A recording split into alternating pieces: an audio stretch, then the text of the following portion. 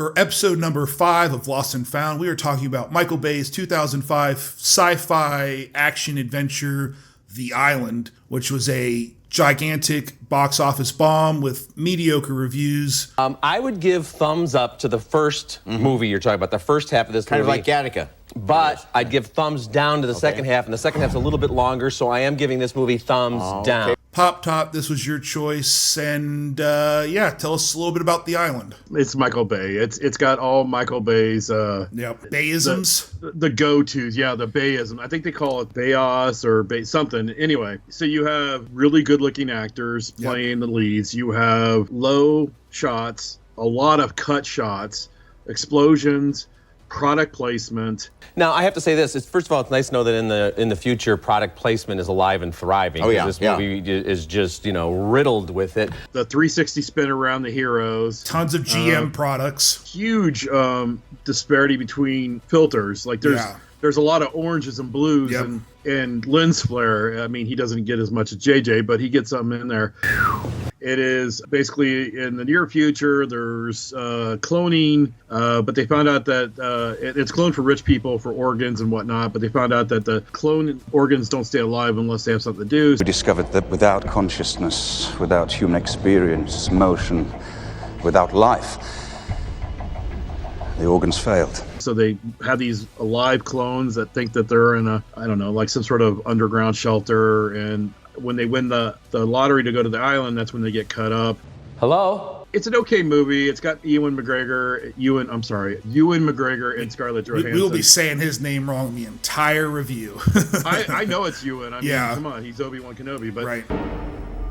Hello there. And Scarlett Johansson, I think this is one of her first big breakout action movies. It just felt like there's a lot of commercials in here. I mean, when there's a brand placement like Aquafina or Cadillac or whatnot, they love throwing it out there. I like the concept, especially with a movie like this, the sci-fi ideas. I like the concept, but the more you start picking holes in it, the more it falls apart. So like you said, they basically, rich people, everybody dies. The whole point is immortality and all that. And so they create these bodies or whatever. But the moment you start poking holes in it, because then it's like, you can't stop people from falling in love, which is basically what happens with the two main characters. And, they are trying to keep them fed in this certain way, and they have all these tests and stuff. So then it's like, Sean Bean, who's the bad guy, of course he is. In 2 years' time, I will be able to cure children's leukemia. How many people on Earth can say that, Mr. Laurent? He's like, well, we can't do that because we found out the bodies don't last long. And I'm like, but you guys literally found a way to create human life from basically nothing. And you're saying you couldn't find a way to keep a body vegetative for a couple years? And I mean, we could do that now. And this is a society that has flying trains and flying cars and all that. So the moment you start poking holes in the concept, it kind of falls apart. There's also kind of two separate movies here. You have the first act, when they're in this bomb shelter, that's actually kind of interesting. And then you have the second act that's just basically chase movie that's interesting in itself, but then they both get so silly that they don't really gel well together. OOD, dude. Hey, dude. Dude. Sean Bean's doctor, lead bad guy, he hires Djimon Hounsou.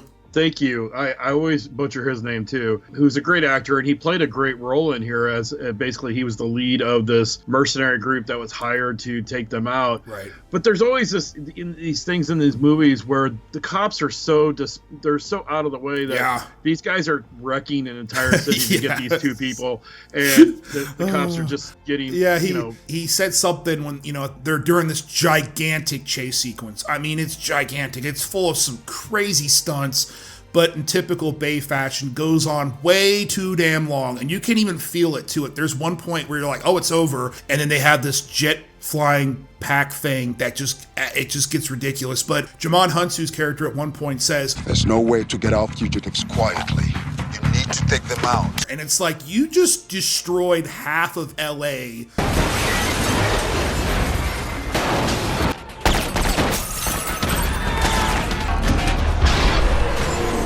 Not to mention, when they were on this flat trailer with a bunch of train wheels on it. And when they were throwing those train wheels off and hitting those cars, man, it was pretty bad. It was pretty neat effects. Yeah. But I mean, the amount of destruction, and the mercenary guy, he's losing like a lot of his crew. Oh, like, yeah. And he doesn't ever flinch. I mean, don't these guys sit around and eat lunch together? It was like, yeah, well, not anymore. You're not. Pretty sure like a piece of sheet metal cut these one guy's like in half. Yeah. Oh, and they're like, and it's one of those movies too where they basically said these clones they have like the mindset of like a 15-year-old. DOOD, dude. Hey, dude. Dude. They're going against Djimon Hounsou's mercenaries that are all like. My men are ex-Delta Force, SEALs. I was formerly with the GIGN, French Special Forces. And again, these two people that don't know anything about the real world are beating them. And it's like, how the hell? Like he's like, Silently, take them out! They can't hit them at all. And it's like, what the hell are you guys? You guys suck at your job. Don't be your jury summons I accidentally threw in the trash last month, along with something called a W-2. And somehow the two main characters ended up on the side of a building on a logo about 30 stories up. I see our target's about 70 stories up. And survived. And when the helicopter just decided to start shooting the logo. If there's no way to get out fugitives quietly. For some reason, and it came detached, and they fell all the way down. But I mean, it's Michael Bay, and nobody goes into Michael Bay. No. I mean, Michael Bay's the only one that can turn a historic event like Pearl Harbor into what he did. It's just that's just him, and I know you have to go into looking at. There are other Michael Bay movies to me that are much better, like The Rock. The Rock is a great Michael Bay movie. It's an act of lunacy, General Sir. Personally, I think you're a fucking idiot. The thing for me was I really enjoyed a lot of the side characters. So we got, Steve Buscemi was hilarious in this movie. He was amazing. Are these your friends? Yeah, sometimes. We have Neelix, I forget what his name is, but Neelix from Star Trek, he's Lincoln's friend. And Djimon Hounsou, honestly, he has kind of the most interesting arc in the movie. He's basically this survivor of an African civil war. My father was part of the Burkinabe rebellion. And he's like, I was branded and basically told I wasn't human. So others would know we were less than human. And he saw the brand on Scarlett Johansson's character, and I really liked that. Djimon Hounsou up to that point was basically action bad man. He was Bennett from Commando. He was just like, I'm just bad guy. And then they kind of like, oh, wait a minute, what if he had depth? And it worked, but it just came super late. It was really late in the movie. The movie was basically a bomb. It only made $30-something million here. It cost $130 million. It made $160 million worldwide, and it was only like $130 million to make. But after marketing and all that other fun stuff they had on at the end, they said it did not make its money back. Yeah, honestly, a lot of it felt like almost like a trial run for Transformers. A lot of the way the chase scenes and all that. That's kind of the way I saw it.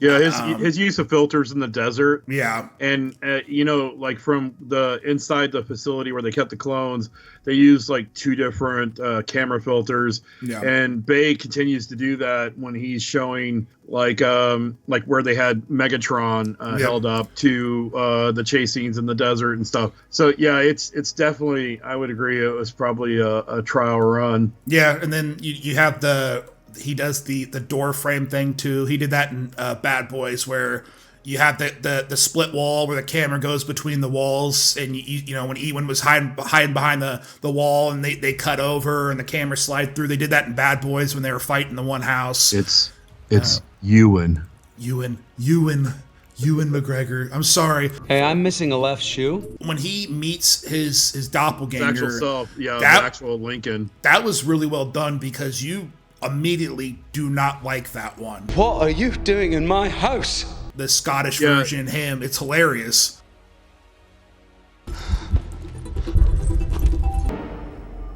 Hello there. Right. I mean, not at first. He seemed a little charming at first, and Ewan is actually using his Scottish accent. Yeah.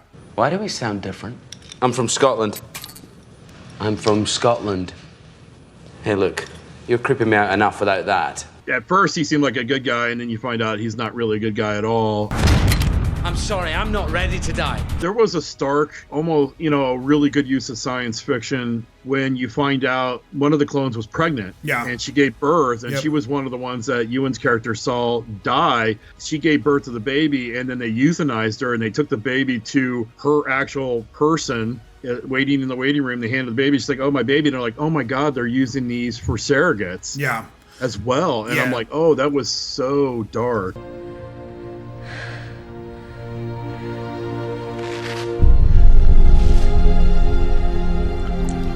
It's hard not to beat up on Michael Bay, but one of my favorite visual shots in the movie in terms of visual storytelling that was very, very, very good, that I need to applaud him for, was when they basically show the growth sacs. I don't know what you call them, but they're growing these clones or whatever, and you see them in this pod, and they're all in different stages. They got nerves, some are in muscles, some are almost... And they're sucking their thumb like a baby. Yeah, and then they show, these lines attached to them. They go to these lines, and at the beginning of the movie, you saw Ewan's character with Neelix. They're basically putting these lines in, and they think they're doing something for their food, how they get their nutrients and stuff. Come to find out, they're the ones that are feeding these clones, and I'm like, that is such good visual storytelling. It was so well done. And when they figured out the reason Ewan was questioning everything was like the whole Echo product line, Foxtrot product line were bad, they had to basically redo everything, and they showed him going down there and opening all these sacks and just killing. Potential for defiant behavior.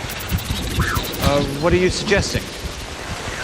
A recall. All those and all that stuff coming down, and it was that was a brutal part. Yeah, I wish they would have leaned more into the sci-fi. I think it gets a little too hammy with the action and spent more time in this almost sci-fi horror element. The one scene we haven't mentioned is the scariest thing ever, and this is from somebody who's had a gazillion surgeries in my life, is Michael Clark Duncan plays one of these people on the island, but in real life his doppelganger is a famous football player, and he's a really big guy, and they basically mess up his anesthesia, and he wakes up in the middle of surgery with a hole in his chest and just loses his shit. And R.I.P. really missed the guy. What a talented dude, but he is a wrecking force. When they got him by the ankles with these claws and was dragging him, and he's crazy. He's screaming. He's like, "Please, I don't want to die," and he's clawing. I want to go to the island. I was like, "Oh man, that sucks." I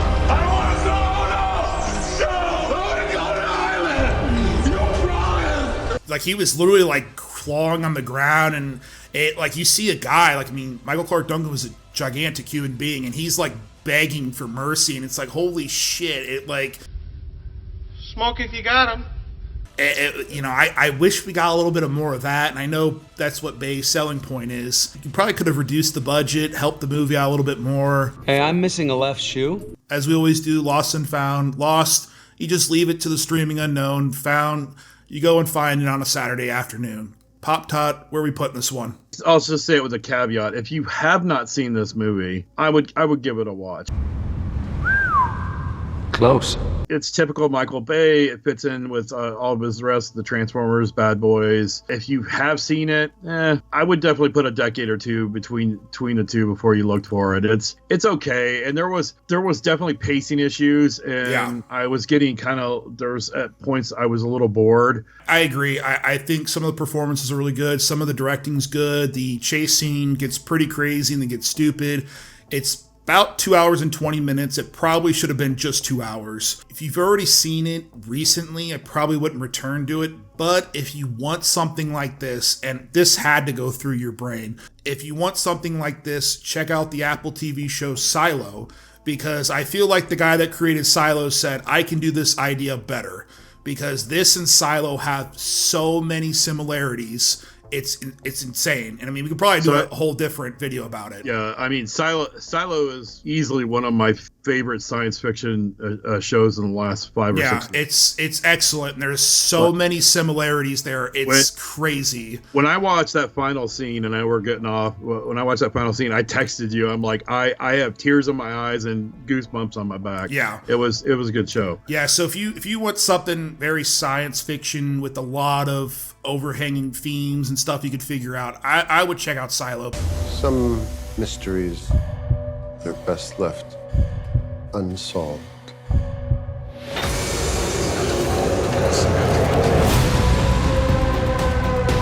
I'm in agreement. I think this is a solid kind of throwaway action movie. I don't think it's groundbreaking like it probably should have been. Some of the ideas are very undercooked, which is very Alex Kurtzman, who helped write this.